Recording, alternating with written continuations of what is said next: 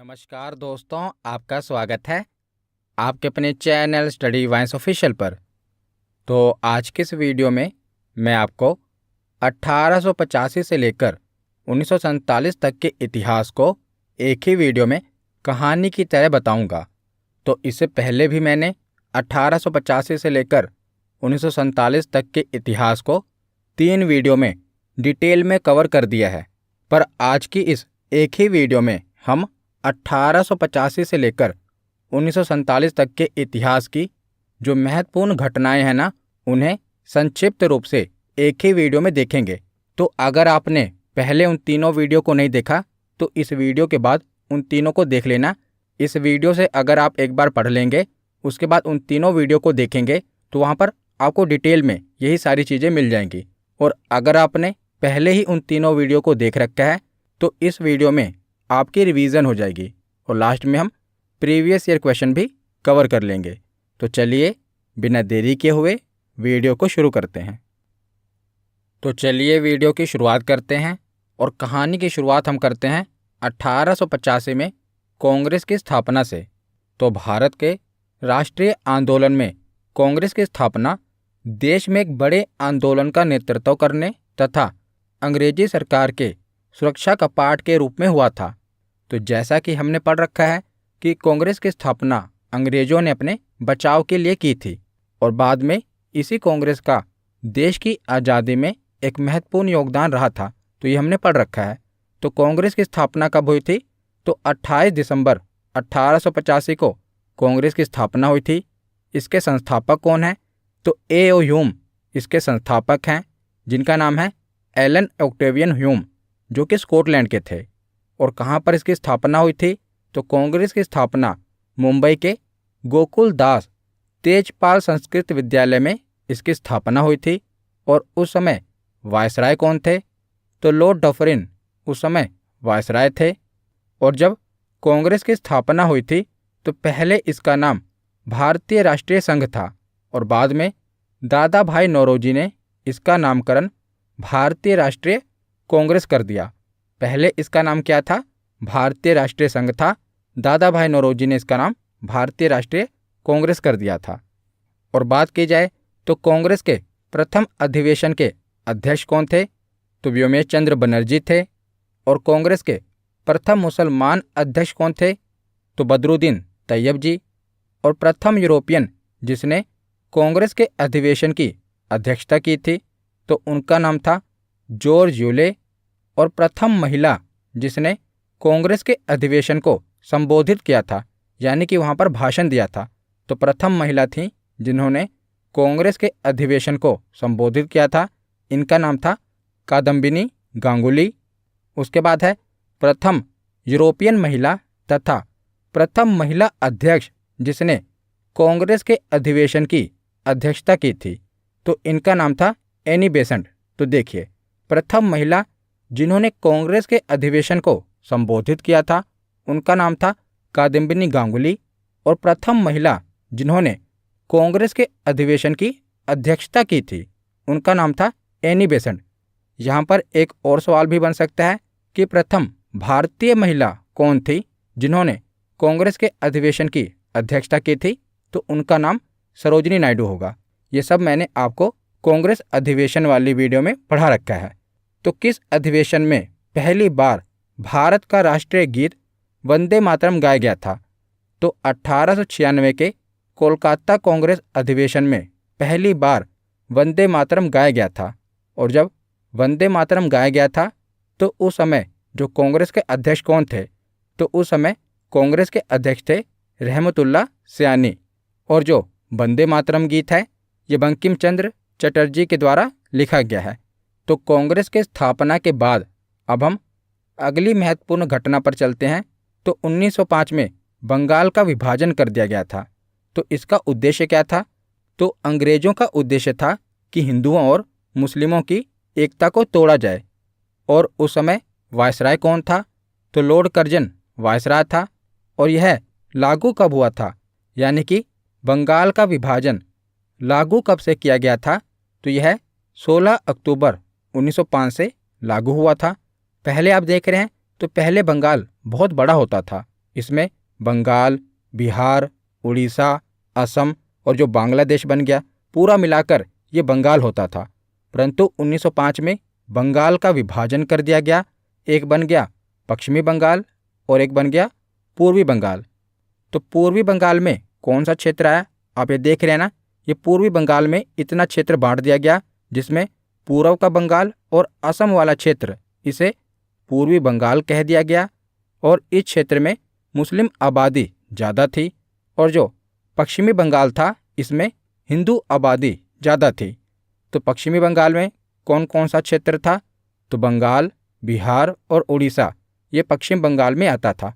तो आप देख रहे हैं कि आबादी के हिसाब से जहाँ पर हिंदू आबादी ज़्यादा थी उसे पश्चिम बंगाल बना दिया गया और जहाँ पर मुस्लिम आबादी ज़्यादा थी उसे पूर्वी बंगाल बना दिया गया।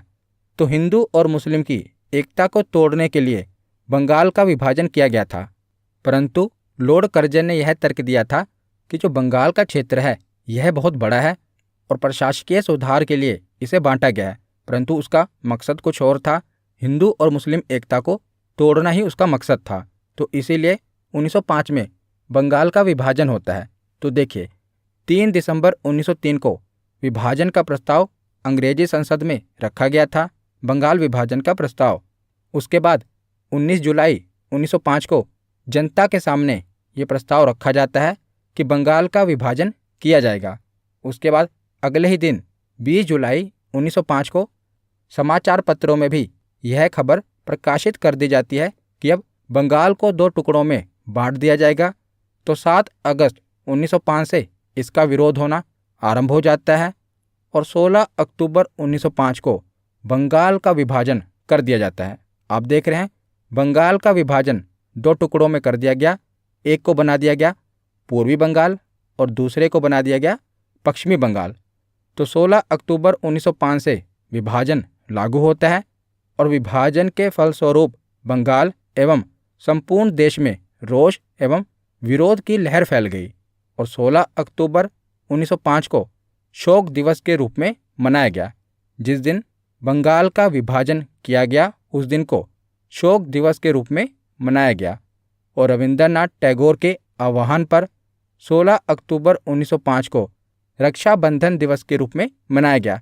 तो हिंदू और मुस्लिम एकता को बनाए रखने के लिए 16 अक्टूबर 1905 को रक्षाबंधन दिवस मनाया गया और बंगाल विभाजन के अवसर पर ही रविंद्रनाथ टैगोर ने अपना प्रसिद्ध गीत अमार सोनार बांग्ला लिखा था। और यह गीत जो इन्होंने लिखा था ना, यही आगे चलकर बांग्लादेश का राष्ट्रगान बन जाता है। अमार सोनार बांग्ला रविंद्रनाथ टैगोर जी के द्वारा लिखा गया था और यह बंगाल विभाजन के समय लिखा गया था। आगे चलकर बांग्लादेश ने इसे अपने राष्ट्रगान के रूप में अपना लिया।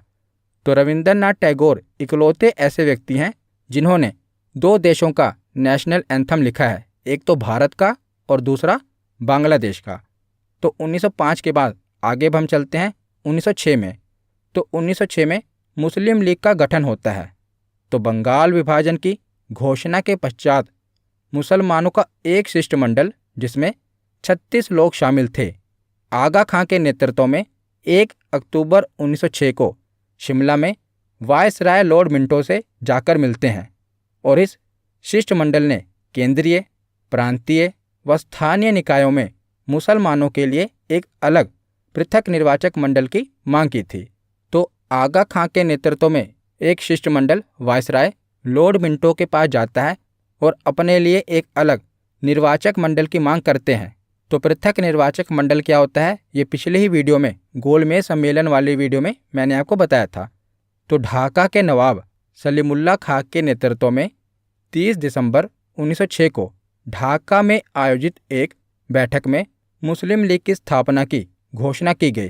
तो याद रखिएगा इसकी स्थापना कब की गई थी, तो 1906 में मुस्लिम लीग की स्थापना की गई थी। तो इसकी स्थापना 1906 में आगा खां, ढाका के नवाब सलीमुल्लाह और नवाब मोहसिन उल मुल्क के नेतृत्व में की गई थी। तो याद रखिएगा कई बार एग्जामिनर ने ये क्वेश्चन पूछा है और ऑप्शन में मोहम्मद अली जिन्ना जरूर लिखता है। तो याद रखिएगा मुस्लिम लीग की स्थापना मोहम्मद अली जिन्ना ने नहीं की थी। मोहम्मद अली जिन्ना 1913 में मुस्लिम लीग में शामिल हुए थे। तो देखिए, तो आपसे प्रश्न कैसे पूछा जाएगा कि बताइए निम्नलिखित में से किसने मुस्लिम लीग की स्थापना नहीं की थी। तो 4 ऑप्शन होंगे, आगा खां, सलीमुल्लाह, मोहसिन उल मुल्क और मोहम्मद अली जिन्ना। तो आपको लगेगा कि मोहम्मद अली जिन्ना तो होगा ही, क्योंकि इसने तो स्थापना की ही होगी। पर नहीं, मोहम्मद अली जिन्ना ने मुस्लिम लीग की स्थापना नहीं की थी। ये 1913 में आगे चलकर मुस्लिम लीग में शामिल हो गए थे। तो 1906 के बाद आगे चलते हैं 1907 में। तो 1907 में क्या होता है कि कांग्रेस का विभाजन हो जाता है। तो 1907 में सूरत में कांग्रेस का अधिवेशन हो रहा होता है, जिसकी अध्यक्षता रास बिहारी घोष ने की थी। तो इस समय कांग्रेस का विभाजन हो जाता है। कांग्रेस नरम दल और गरम दल 2 टुकड़ों में बढ़ जाती है, जो कि हमने डिटेल में पढ़ रखा है, गरम दल के बारे में और नरम दल के बारे में। कुछ महत्वपूर्ण नेता थे, जैसे कि दादा भाई नौरोजी, फिरोज शाह मेहता, बदरुद्दीन तैयब, गोपाल कृष्ण गोखले। ये कुछ महत्वपूर्ण नेता थे। पर आपको नरमपंथी नेता याद नहीं रखने, आपको गरम दल के नेता याद रखने हैं, क्योंकि गरम दल के नेता याद रखने आसान है, बाकी जो बच गए वो नरम दल के नेता हैं। तो गरम दल के नेता कौन कौन थे? बाल गंगाधर तिलक, लाला लाजपत राय, विपिन चंद्र पाल और अरविंद घोष। तो इन चारों का नाम आपको पता होना चाहिए कि ये गरम दल के नेता थे। और पहले तीनों को तो लाल, बाल और पाल कहा जाता था। लाल से लाला लाजपत राय, बाल से बाल गंगाधर तिलक और पाल से विपिन चंद्र पाल। तो इन तीनों को लाल, बाल और पाल कहा जाता था। तो ये थे गरम दल के नेता। और चौथे नेता थे अरविंद घोष। तो इन चारों के बारे में आपको पता होना चाहिए कि ये गरम दल के नेता थे और बाकी नरम दल के नेता थे। तो 1907 में क्या होता है? कांग्रेस का विभाजन गरम दल और नरम दल में हो जाता है। तो 1907 के बाद अगली इतिहास की महत्वपूर्ण घटना देखते हैं 1908। तो 1908 में क्या होता है कि खुदीराम बोस को फांसी दे दी जाती है। तो शहीद खुदीराम बोस भारत में अंग्रेजी शासन का विरोध करने वाले सबसे युवा क्रांतिकारी स्वतंत्रता सेनानी थे। इनका जन्म 3 दिसंबर 1889 को पश्चिम बंगाल के मिदानपुर जिले में हुआ था। तो आखिर इन्हें फांसी क्यों दी गई थी?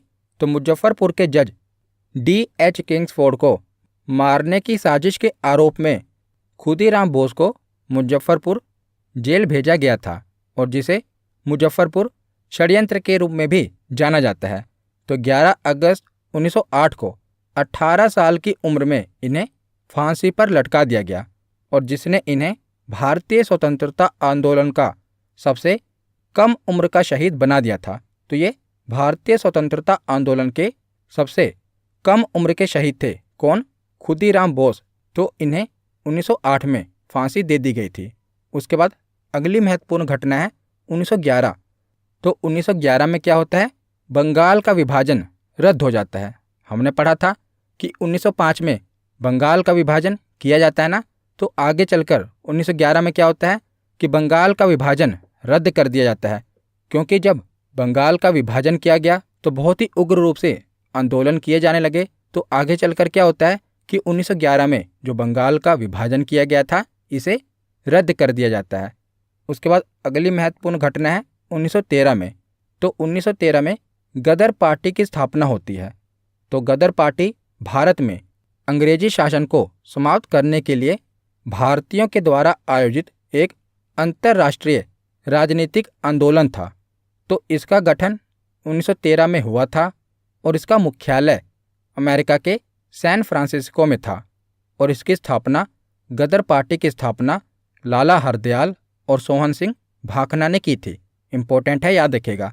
एक तो 1913 में गदर पार्टी की स्थापना हुई थी, और स्थापना की किसने थी? तो लाला हरदयाल और सोहन सिंह भाखना ने की थी। तो 1913 के बाद अब हम कहानी के अगले पड़ाव पर चलते हैं। तो 1914 में क्या होता है? प्रथम विश्व युद्ध होता है, जो कि 4 सालों तक चलता है। तो प्रथम विश्व युद्ध 1914 से शुरू होता है और 1918 तक चलता है। तो 1914 के बाद 1915 में महात्मा गांधी जी दक्षिण अफ्रीका से भारत वापस आते हैं। तो यह भी महत्वपूर्ण घटना है अपने आप में। तो 1915 में महात्मा गांधी जी दक्षिण अफ्रीका से भारत वापस आते हैं, और उसी समय आपको पता है कि प्रथम विश्व युद्ध चल रहा होता है, तो महात्मा गांधी जी क्या करते हैं, भारतीयों को अंग्रेजी सेना में शामिल होने के लिए प्रोत्साहित करते हैं और प्रथम विश्व युद्ध में अंग्रेजों की तरफ से भाग लेने के लिए प्रोत्साहित करते हैं, क्योंकि महात्मा गांधी जी का यह मानना था कि अगर भारतीय अंग्रेजों का युद्ध में साथ देंगे तो आगे चलकर अंग्रेजों का भारतीयों के प्रति जो रवैया था वो नरम रहेगा और भारतीयों के लिए ये काफ़ी सुधार करेंगे। पर आगे चलकर ऐसा नहीं होता और इसीलिए महात्मा गांधी जी को अंग्रेजी सेना में भर्ती कराने वाला सार्जेंट भी कहा गया था, क्योंकि इन्होंने भारतीयों को अंग्रेजी सेना में जाने के लिए प्रोत्साहित किया था। तो 1915 में गांधी जी का भारत में आगमन होता है और उसके अगले वर्ष 1916 में लखनऊ समझौता होता है।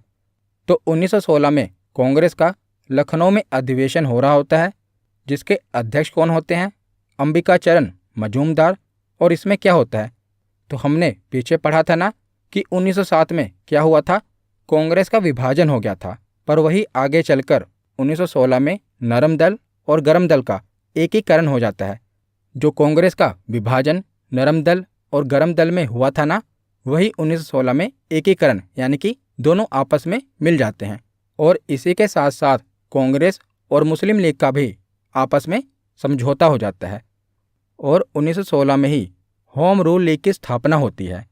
तो होम रूल लीग क्या था, तो यह प्रथम विश्व युद्ध के समय प्रथम भारतीय प्रतिक्रिया थी, जो कि आयरिश होम रूल लीग से प्रेरित थी।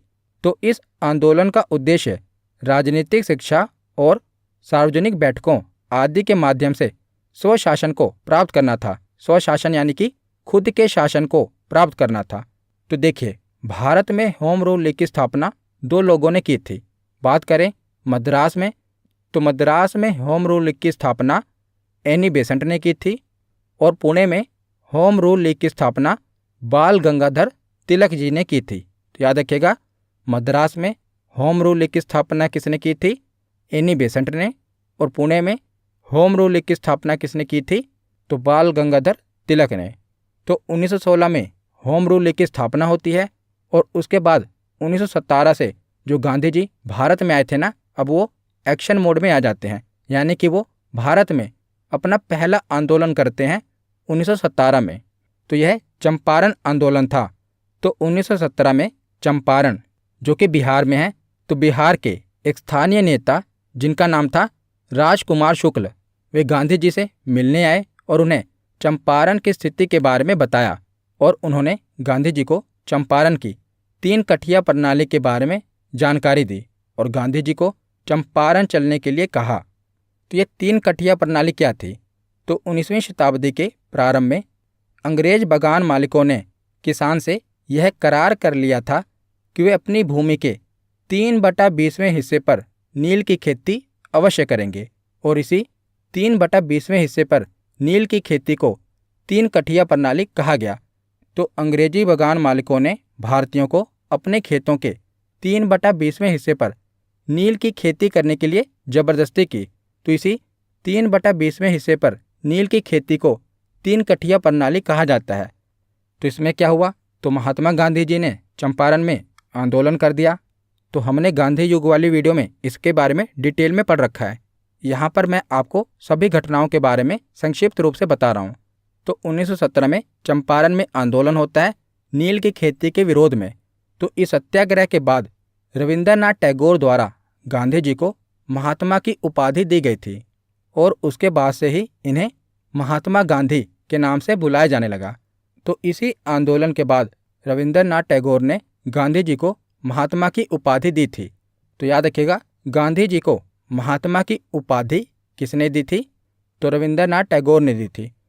तो 1917 में चंपारण आंदोलन होता है और उसके बाद अगले ही वर्ष 1918 में अहमदाबाद मिल मजदूर आंदोलन होता है।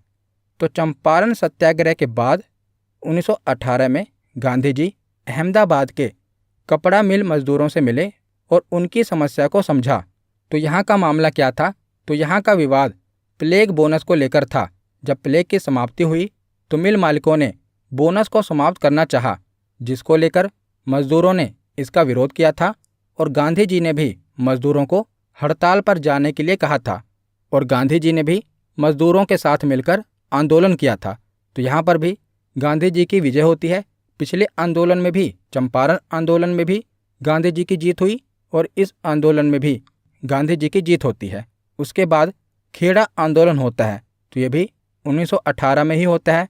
तो इसके बाद 1918 में गांधी जी खेड़ा, गुजरात में हो रहे किसानों के साथ अत्याचार के विरुद्ध आवाज़ उठाते हैं और खेड़ा आंदोलन करते हैं।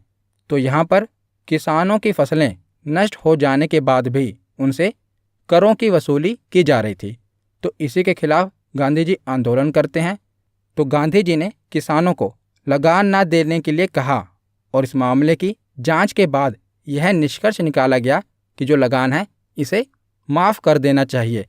तो गांधी जी के दक्षिण अफ्रीका में किए गए उनके कार्यों के लेकर वे भारत में भी काफ़ी चर्चित थे और इन आंदोलनों में भी सफलता पाते हुए वो भारत में बड़े नेता के रूप में देखे जाने लगे थे। तो जैसा कि हमने देखा कि गांधी जी 1915 में भारत वापस आए थे और उसके बाद उन्होंने 3 आंदोलन किए।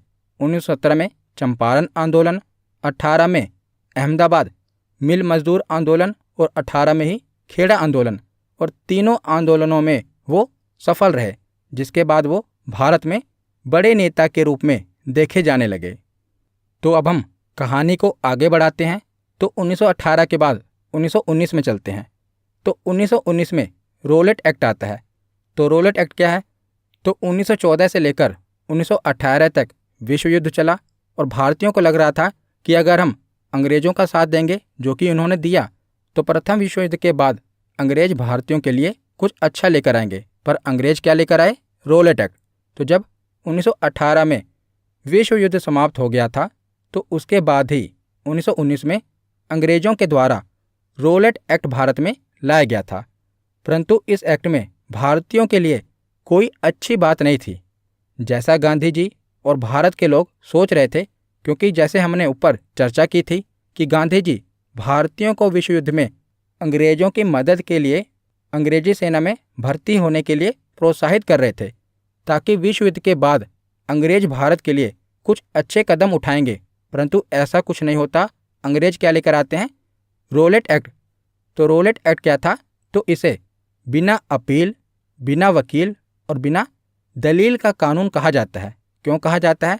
क्योंकि इस एक्ट में था कि अंग्रेज़ों को अगर किसी पर शक होता है ना, तो शक के आधार पर भी वो किसी भी व्यक्ति को गिरफ्तार कर सकते हैं और उस पर मुकदमा चला सकते हैं।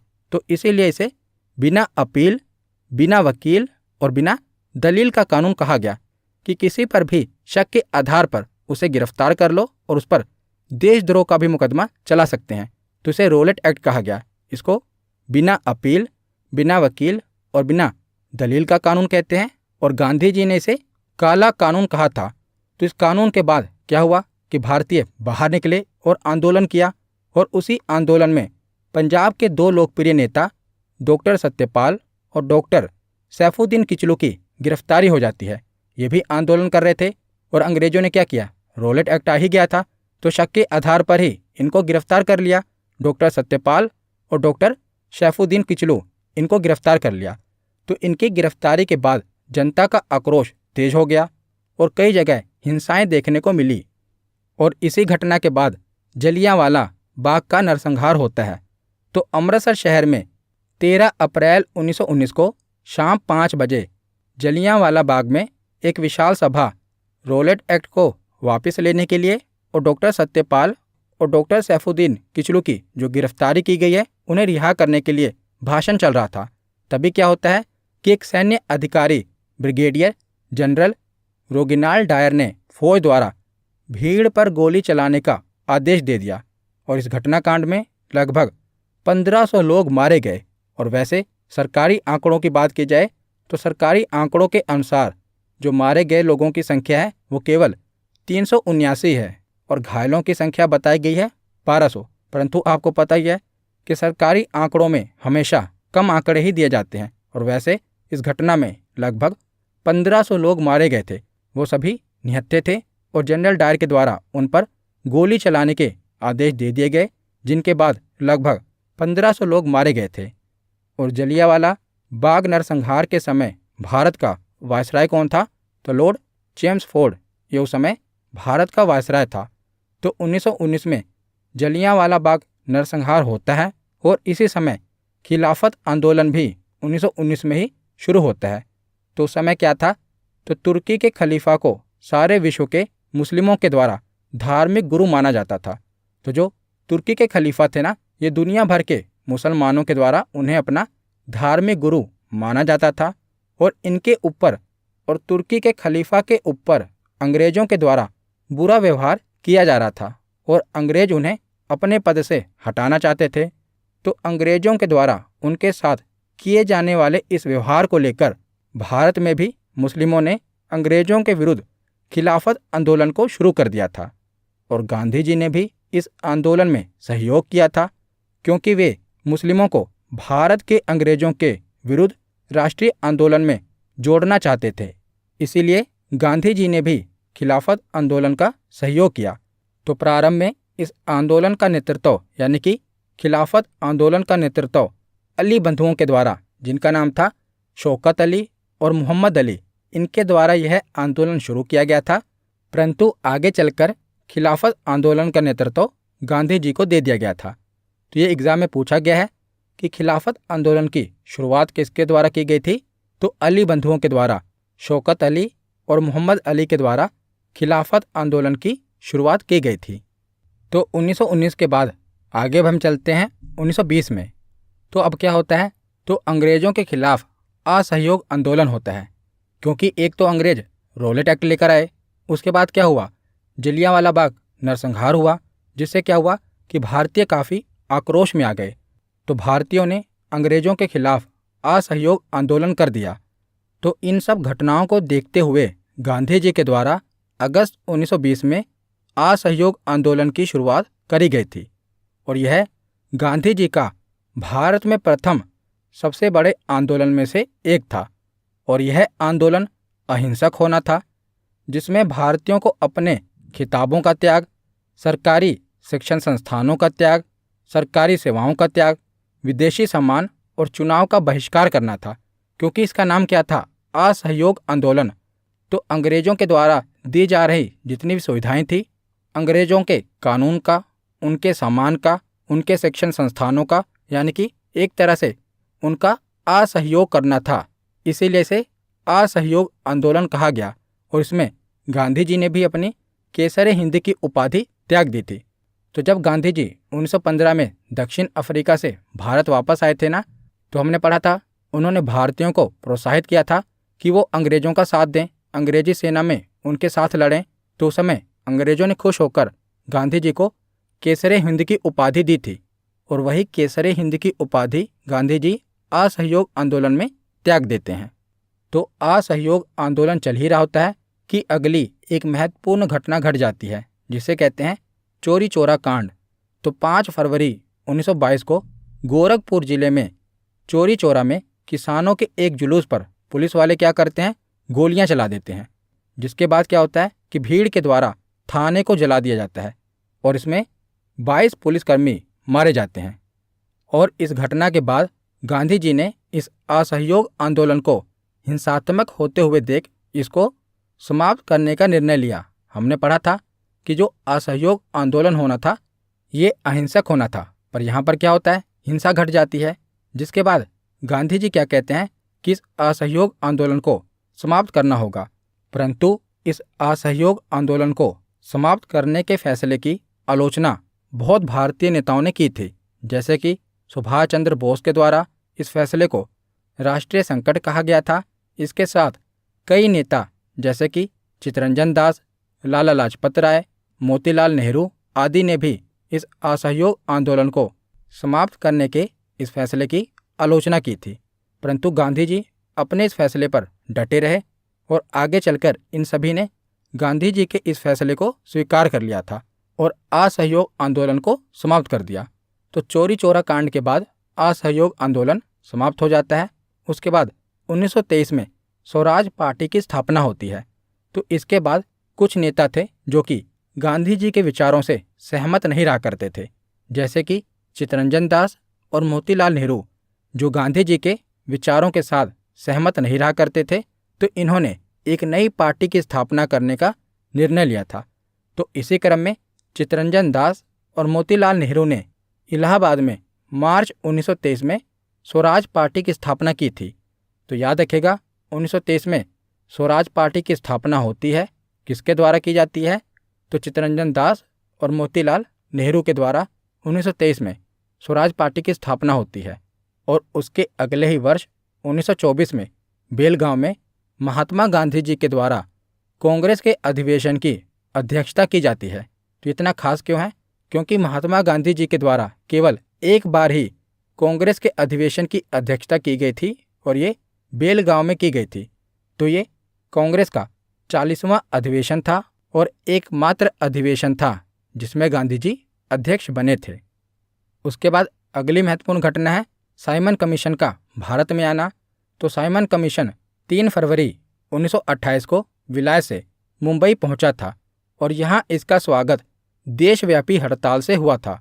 और जब यह कमीशन दिल्ली पहुंचा था तो इसको काले झंडे दिखाए गए थे और साइमन कमीशन वापस जाओ के नारे के साथ इसका विरोध किया गया था।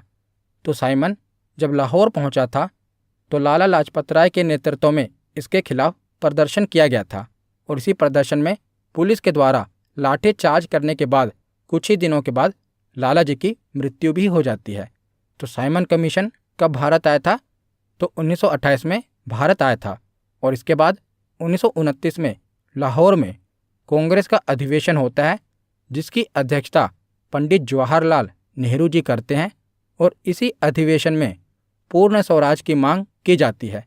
तो कांग्रेस के किस अधिवेशन में पूर्ण स्वराज की मांग की गई थी? तो लाहौर अधिवेशन में की गई थी जिसकी अध्यक्षता पंडित जवाहरलाल नेहरू जी करते हैं।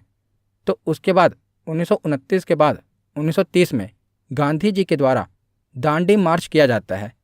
तो यह दांडी मार्च 12 मार्च 1930 को शुरू हुआ था और 6 अप्रैल 1930 तक चला था। और यह दांडी मार्च गांधी जी द्वारा साबरमती आश्रम से लेकर दांडी गुजरात तक चलाया गया था और इसमें गांधी जी के साथ भारत के अलग अलग क्षेत्रों से कुल 78 सहयोगियों ने शुरुआत में भाग लिया था। आगे चलकर यह गिनती लाखों में पहुंच जाती है, परंतु शुरुआत में 78 सहयोगियों ने गांधी जी के साथ भाग लिया था और जो इसकी दूरी थी, इस दांडी मार्च की दूरी थी, ये लगभग 241 मील थी। तो आपको पता ही है कि नमक पर कर लगाने के कानून के विरुद्ध गांधी जी ने दांडी मार्च किया था और यह मार्च 12 मार्च 1930 को शुरू हुआ था जो कि साबरमती आश्रम से शुरू हुआ था और 6 अप्रैल 1930 को दांडी में जाकर यह दांडी मार्च खत्म हुआ था। तो दांडी मार्च के बाद अगली महत्वपूर्ण घटना होती है प्रथम गोलमेज सम्मेलन। तो पिछले ही वीडियो में मैंने आपको तीनों गोलमेज सम्मेलन डिटेल में पढ़ा दिए। तो प्रथम गोलमेज सम्मेलन क्या है? तो जैसा कि आप देख रहे हैं कि भारत में आंदोलन चल रहे हैं, तो अंग्रेज़ों को ये पता लग जाता है कि अगर भारत में ज़्यादा देर तक शासन करना है तो भारतीयों का सहयोग मिलना जरूरी है, क्योंकि अगर भारत पर लंबे समय तक शासन करना है तो भारतीयों का सहयोग जरूरी है।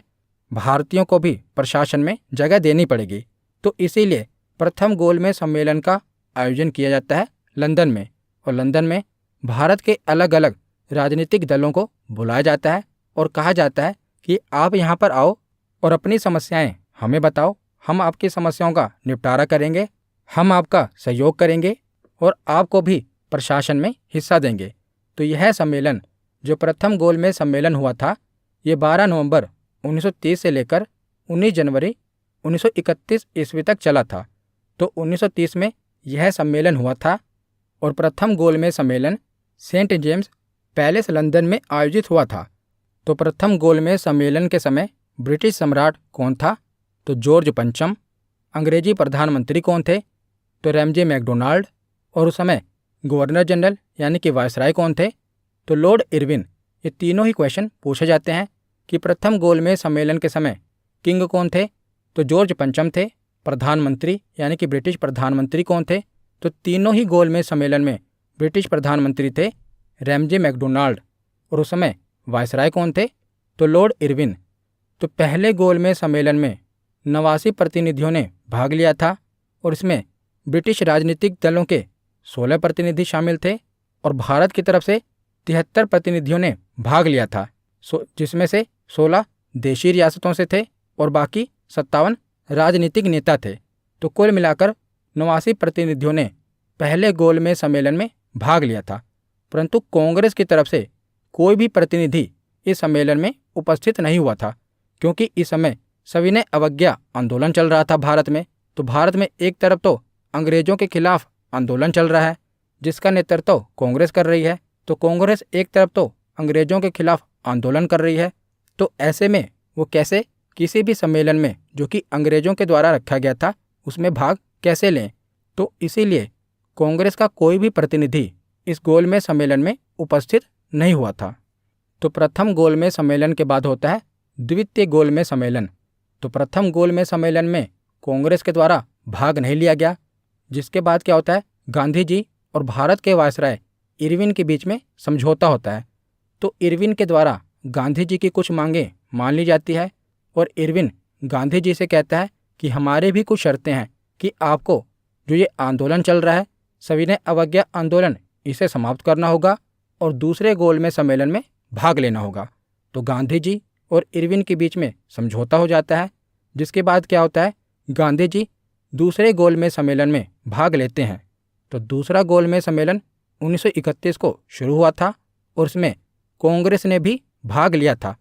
तो कांग्रेस की तरफ से गांधी जी ने इस सम्मेलन में भाग लिया था और यह सम्मेलन लंदन में ही हुआ था।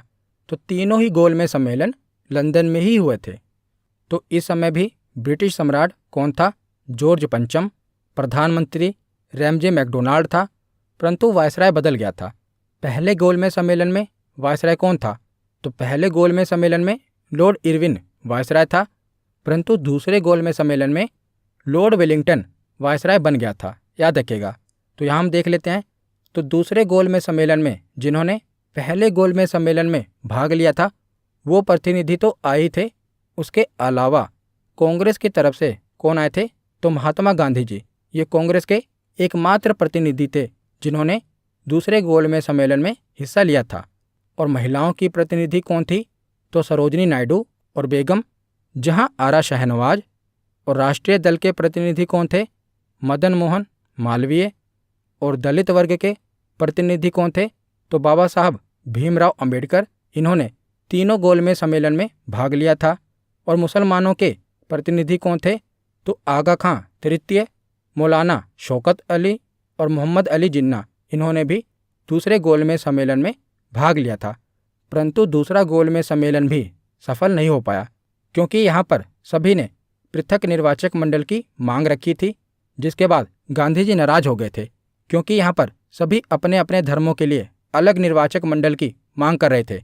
जैसे कि मुसलमान, सिख, ये सभी अपने लिए पृथक निर्वाचक मंडल की मांग कर रहे थे। और वैसे भी मुसलमानों को, सिखों को, ईसाइयों को और एंग्लो इंडियन को पृथक निर्वाचक मंडल पहले ही दिया जा चुका था, परंतु वो इसके विस्तार की मांग कर रहे थे।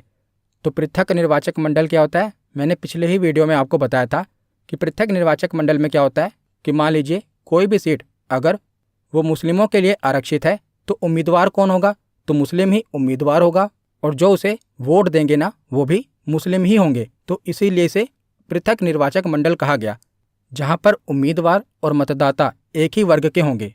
अगर वो सीट अनुसूचित जाति के लिए रिजर्व है तो जाहिर सी बात है वहां पर जो चुनाव लड़ेगा वो तो अनुसूचित जाति का होगा ही, परंतु जो उसको वोट देंगे वो भी केवल अनुसूचित जाति के ही हो सकते हैं और किसी भी वर्ग का व्यक्ति उस उम्मीदवार को वोट नहीं दे सकता।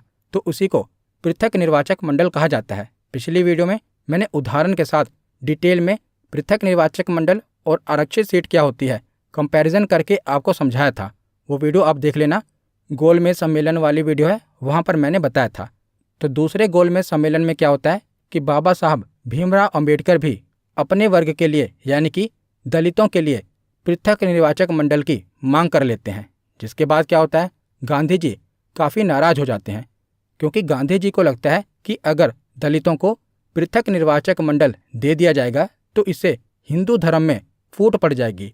इसीलिए गांधी जी जब भारत में आते हैं तो आमरण अनशन पर चले जाते हैं। तो इसी बीच में क्या होता है गांधी जी और बाबा साहब भीमराव अंबेडकर के बीच में पूना समझौता होता है।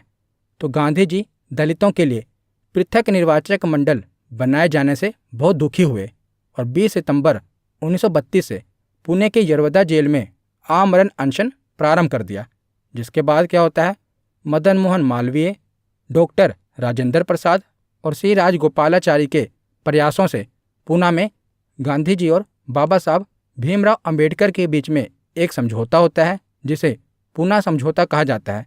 तो इस समझौते के अनुसार दलितों के लिए पृथक निर्वाचक मंडल समाप्त कर दिया जाएगा, यानी कि दलितों के लिए कोई भी पृथक निर्वाचक मंडल नहीं होगा। इसके बदले में दलितों के लिए जो रिजर्व सीटें थी वो 71 से बढ़ाकर 147 कर दी गई, यानी कि जो प्रांतों में दलितों के लिए पहले रिजर्व सीटें जो 71 थी उन्हें बढ़ाकर अब कितना कर दिया गया, तो 147 कर दिया गया। तो यही है पूना समझौता, जो कि गांधी जी और बाबा साहब भीमराव अंबेडकर के बीच में हुआ था। तो इसके बाद क्या होता है, तो तीसरा गोलमेज सम्मेलन होता है। तो दूसरे गोलमेज सम्मेलन की विफलता के बाद 17 नवंबर 1932 से लेकर 24 दिसंबर 1932 तक लंदन में तीसरा गोलमेज सम्मेलन आयोजित होता है। और तीसरे गोलमेज सम्मेलन में बहुत ही कम प्रतिनिधियों ने भाग लिया था। तो इस समय भी किंग कौन थे, तो जॉर्ज पंचम थे, प्रधानमंत्री रैमजे मैकडोनाल्ड थे और भारत में वायसराय कौन थे, तो लॉर्ड वेलिंगटन थे। तो तीसरे गोलमेज सम्मेलन में कांग्रेस ने भाग नहीं लिया था, क्योंकि जब दूसरे गोलमेज सम्मेलन में कांग्रेस ने भाग लिया था और वहाँ पर कोई परिणाम नहीं निकल पाया, जिसके बाद गांधी जी भारत वापस जाते हैं और दोबारा से सविनय अवज्ञा आंदोलन शुरू कर देते हैं। इसीलिए गांधी जी को पुणे की यरवदा जेल में बंद कर दिया गया था। तो उसी जेल में उन्होंने आमरण अनशन रखा था ना, तभी तो गांधी जी और बाबा साहब भीमराव अंबेडकर के बीच में जो समझौता हुआ था ना, वो पुणे की यरवदा जेल में ही हुआ था। उसके बाद जब तीसरा गोलमेज सम्मेलन होता है तो इसमें कांग्रेस ने भाग नहीं लिया और इंग्लैंड की लेबर पार्टी ने भी इसमें भाग नहीं लिया था और मोहम्मद अली जिन्ना को भी इसमें आमंत्रित नहीं किया गया था। तो तीसरा गोलमेज सम्मेलन भी एक तरह से असफल रहा था। उसके बाद देखते हैं, तो 1935 में भारत सरकार अधिनियम 1935 पारित किया जाता है और यह 1937 में लागू होता है। तो यह अधिनियम लॉर्ड लिनलिथिगो के नेतृत्व वाली संयुक्त चयन समिति की रिपोर्ट पर आधारित था। तो जो भारत सरकार अधिनियम 1935 पारित हुआ था ना, अभी जो वर्तमान में भारत का संविधान है, इसमें भी जो भारत सरकार अधिनियम 1935 पारित हुआ था, इसका महत्वपूर्ण हिस्सा अभी भी भारत के संविधान में शामिल है। उसके बाद 1939 में दूसरे विश्व युद्ध की शुरुआत हो जाती है और दूसरा विश्व युद्ध 1 सितंबर 1939 से लेकर 2 सितंबर 1945 तक चलता है। और अगले ही साल यानी कि 1940 में मुस्लिम लीग ने एक अलग देश पाकिस्तान की मांग कर दी थी। इससे पहले ऑफिशियल रूप से पाकिस्तान की मांग नहीं हुई थी, परंतु 1940 में मुस्लिम लीग के द्वारा ऑफिशियली पाकिस्तान की मांग की जाती है। तो 1940 के बाद 1942 में क्रिप्स मिशन भारत में आता है। तो पहले हमने देखा था ना कि जब पहला विश्व युद्ध हुआ था तब भारतीयों ने अंग्रेजों का साथ दिया था और अंग्रेज इसके बदले में क्या लेकर आए थे, रोलेट एक्ट लेकर आए थे। तो अब भारतीय समझ गए थे कि अंग्रेजों का साथ देकर हमें कुछ नहीं मिलेगा। तो उसमें क्या होता है कि अब देख रहे हैं, तो अभी क्या हो रहा है, 1939 में दूसरे विश्व युद्ध की शुरुआत होती है। तो क्रिप्स मिशन भारत में आता है। तो इसका उद्देश्य क्या होता है कि दूसरे विश्व युद्ध में भारतीयों का सहयोग प्राप्त करना। परंतु अब भारतीय समझ गए थे कि अंग्रेजों का युद्ध में साथ देकर कोई फायदा नहीं होगा। तो क्रिप्स मिशन 1942 में भारत आया था और स्टेफोर्ड क्रिप्स ब्रिटेन में विंस्टन चर्चिल की गठबंधन सरकार में लेबर मिनिस्टर थे, यानी कि श्रम मंत्री थे। तो इन्हीं के नेतृत्व में क्रिप्स मिशन भारत आया था। तो क्रिप्स मिशन 22 मार्च से 11 अप्रैल 1942 तक भारत आया और इसका उद्देश्य द्वितीय विश्व युद्ध में ब्रिटिश युद्ध के लिए भारतीय सहयोग प्राप्त करना था। परंतु भारतीयों ने मना कर दिया, क्योंकि भारतीय अब समझ गए थे कि अंग्रेजों का साथ देकर कोई फायदा नहीं है। और उसके बाद 1942 में ही भारत छोड़ो आंदोलन शुरू हो जाता है। तो इसी आंदोलन को अगस्त क्रांति के नाम से भी संबोधित किया गया है। तो भारत छोड़ो आंदोलन को ही अगस्त क्रांति या अगस्त आंदोलन के नाम से जानते हैं। तो इसके बाद अंग्रेजों के द्वारा ऑपरेशन जीरो आवर चलाया गया, जिसके तहत क्या हुआ कि जो भी भारत छोड़ो आंदोलन को लीड कर रहे हैं इनको पकड़कर जेल में डाल दिया गया, जिसके तहत गांधी जी सहित लगभग सारे बड़े नेताओं को गिरफ्तार कर लिया गया था और गांधी जी को अंग्रेजों के द्वारा गिरफ्तार करके आगा खां पैलेस में कैद करा गया था और अंग्रेजों की ओर से पूरी कोशिश इस आंदोलन को दबाने की हो रही थी। परंतु इस आंदोलन के दूसरी पंक्ति के नेताओं ने अलग अलग क्षेत्रों से यह आंदोलन जारी रखा और इसके साथ साथ लोगों ने भी इस आंदोलन में खूब सहयोग किया था और यह आंदोलन भारत के अंतिम सबसे बड़ी स्वतंत्रता संग्राम की लड़ाई में से एक बना था, भारत छोड़ो आंदोलन। उसके बाद क्या होता है तो 1945 में शिमला सम्मेलन होता है। तो 1945 में शिमला सम्मेलन आयोजित किया गया था और यह भारत शिमला में वायसराय लॉर्ड वेवेल और भारत के प्रमुख राजनीतिक नेताओं के बीच बैठक हुई थी और यह वेवेल योजना के प्रावधानों पर चर्चा करने के लिए आयोजित किया गया था और यह सम्मेलन 24 जून 1945 को शिमला में शुरू हुआ था और 14 जुलाई 1945 तक चला था। परंतु शिमला सम्मेलन विफल साबित हुआ, इसमें से कोई निष्कर्ष नहीं निकला और 1946 में क्या होता है तो कैबिनेट मिशन भारत आता है। तो इसका उद्देश्य क्या था तो इस समय यह तय हो गया था कि अब भारत को आज़ाद कर दिया जाएगा। तो भारत के लिए एक संविधान के निर्माण के संबंध में भारतीय नेताओं के साथ समझौते पर पहुंचना इसका उद्देश्य था। दूसरा इसका उद्देश्य क्या था कि एक संविधान बनाने वाली संस्था तैयार करना, यानी कि संविधान सभा को तैयार करना। और तीसरा इसका उद्देश्य क्या था कि प्रमुख भारतीय दलों के समर्थन से एक कार्यकारी परिषद की स्थापना करना। तो ये कैबिनेट मिशन का उद्देश्य था। तो उसके बाद आगे हम चलते हैं कहानी के आखिरी पड़ाव में 1947 में।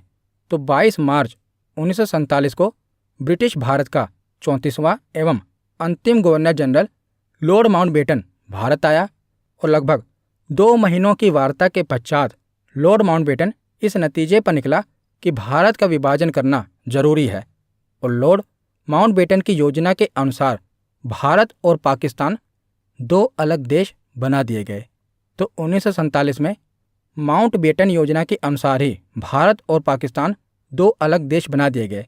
तो उस समय तो भारत के 2 टुकड़े किए गए थे, यानी कि एक पश्चिमी पाकिस्तान बना था और एक पूर्वी पाकिस्तान बना था। जो पूर्वी पाकिस्तान था ये आगे चलकर बांग्लादेश बन जाता है, यानी कि पाकिस्तान से आज़ाद हो जाता है। परंतु 1947 में भारत को 2 तरफ से बांटा गया था। पश्चिमी तरफ से पश्चिमी पाकिस्तान बनाया गया था और पूर्वी तरफ से पूर्वी पाकिस्तान बनाया गया था। इन दोनों का कंट्रोल पाकिस्तान के पास ही था, परंतु आगे चलकर पूर्वी पाकिस्तान पाकिस्तान से आज़ाद हो जाता है और बांग्लादेश बन जाता है। तो यहाँ पर हमारा थ्योरी सेक्शन कंप्लीट होता है। अब हम प्रीवियस ईयर क्वेश्चन देखते हैं। तो पहला प्रश्न है कि चंपारण सत्याग्रह के दौरान नील की खेती किस नाम से पहचानी जाती थी। तो चंपारण सत्याग्रह के दौरान नील की खेती को 3 कठिया पद्धति कहते थे।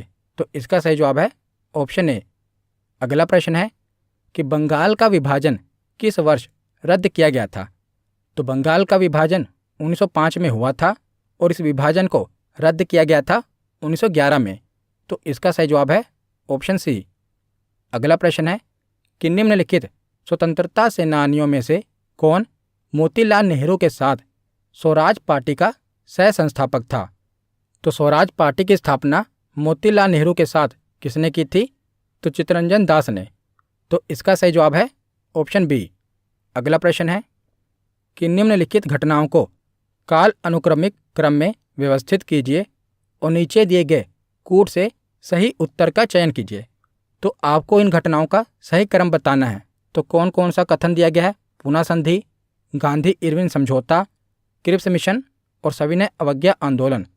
तो सबसे पहले तो इन घटनाओं में से सविनय अवज्ञा आंदोलन हुआ, उसके बाद गांधी इरविन समझौता हुआ, गांधी इरविन समझौता के बाद पूना संधि और आखिर में क्रिप्स मिशन भारत आया था। तो इसका सही जवाब क्या होगा। इसका सही जवाब होगा ऑप्शन सी। पहले आएगा फोर्थ, फिर सेकंड, फिर फर्स्ट, फिर थर्ड। तो इसका सही जवाब है ऑप्शन सी। अगला प्रश्न है कि खिलाफत आंदोलन किस वर्ष में प्रारंभ हुआ था। तो खिलाफत आंदोलन 1919 में प्रारंभ हुआ था? तो इसका सही जवाब है ऑप्शन सी। अगला प्रश्न है कि भारतीय राष्ट्रीय कांग्रेस ने किस अधिवेशन में पूर्ण स्वराज को अपना लक्ष्य घोषित किया था? तो भारतीय राष्ट्रीय कांग्रेस के किस अधिवेशन में पूर्ण स्वराज की मांग उठी थी? तो इसका सही जवाब है ऑप्शन ए। 1929 में कांग्रेस के लाहौर अधिवेशन में पूर्ण स्वराज को अपना लक्ष्य घोषित किया गया था। तो इसका सही जवाब है ऑप्शन ए। अगला प्रश्न है कि भारत छोड़ो आंदोलन को किस नाम से भी जाना जाता है? तो भारत छोड़ो आंदोलन को अगस्त आंदोलन के नाम से भी जाना जाता है। तो इसका सही जवाब होगा ऑप्शन बी। अगला प्रश्न है कि मुस्लिम लीग ने पाकिस्तान का प्रस्ताव कब और कहां पारित किया था? तो मुस्लिम लीग ने पाकिस्तान का प्रस्ताव कब पारित किया था? तो 1940 में। और कहां पर पारित किया था? तो लाहौर में। तो इसका सही जवाब है ऑप्शन सी। अगला प्रश्न है कि महात्मा गांधी दक्षिण अफ्रीका से भारत किस वर्ष लौटे थे? तो महात्मा गांधी 1915 में दक्षिण अफ्रीका से भारत लौटे थे। तो इसका सही जवाब है ऑप्शन ए। अगला प्रश्न है कि चौरी चौरा नामक प्रसिद्ध स्थल कहाँ पर है? तो चौरी चौरा नामक प्रसिद्ध स्थल गोरखपुर में है। तो इसका सही जवाब है ऑप्शन ए। अगला प्रश्न है कि भारत में जब क्रिप्स मिशन आया उस समय भारत का वायसराय कौन था? तो जब क्रिप्स मिशन भारत आया था तो उस समय भारत का वायसराय था लिनलिथिगो। तो इसका सही जवाब है ऑप्शन सी। तो आज का आखिरी प्रश्न है कि गांधी जी भारतीय राष्ट्रीय कांग्रेस के अध्यक्ष कितनी बार बने थे?